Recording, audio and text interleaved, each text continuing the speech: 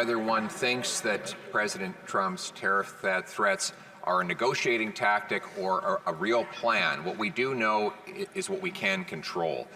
And the Prime Minister has lost control of everything. He's lost control of the borders, lost control of immigration, lost control of spending and the deficit, lost control of inflation and housing costs, lost control of his own caucus. This has put Canada in an unbearably weak position. Mr. Speaker, will the Prime Minister reverse all the damage he's done, or will he just call a carbon tax election so we can do it for him?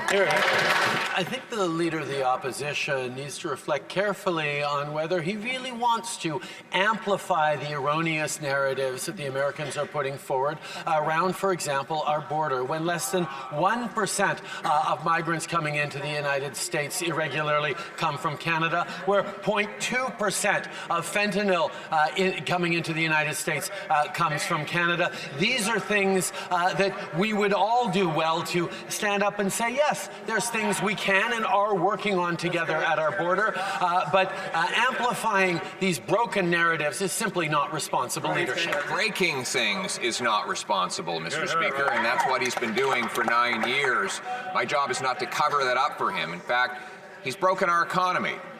He's doubled the cost of housing, doubled the national debt, doubled trouble across our economy with higher taxes on working Canadians. He's in the process of raising taxes on investment and energy right now, while an American incoming president wants to take our jobs and our businesses. It's understandable why President Trump wants Canadian jobs to go south, but why does this Prime Minister want to help him do it?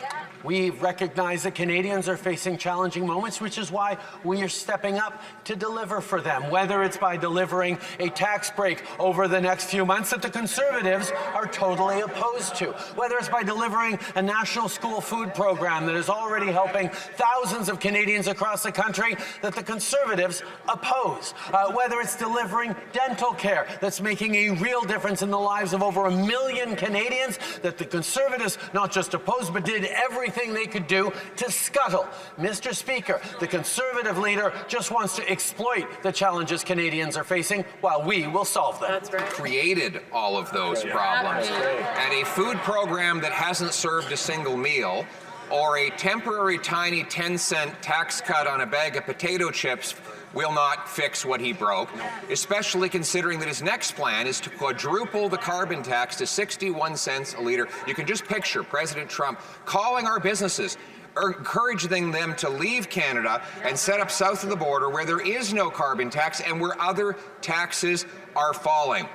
Again, it's clear why the incoming American president wants to take our jobs. Why does this Prime Minister keep helping him do it? The price on pollution puts more money back in the middle class's pockets across this country than it costs them. The Canada Carbon Rebate is a check that arrives 4 times a year and helps 8 out of 10 Canadians in jurisdictions where it arrives with more money than they pay on the price of pollution. It's how we fight climate change and build a strong economy for the future while putting money in the pockets of Canadians. That is what we are doing, while the Conservative leader wants to abandon not just the environment, but the economy as well. That's right. The last Conservative government fired 1,100 border officers. That allowed illegal guns and drugs to flow freely into our country. We are all paying the price of that callous Conservative cut. I want those border officers rehired. I want thousands more recruited, and I want their mandate expanded so they can patrol the entire border. Will the Prime Minister do that? My honourable colleague is exactly right. Conservative cuts hurt Canadians. Conservative cuts hurt our border security.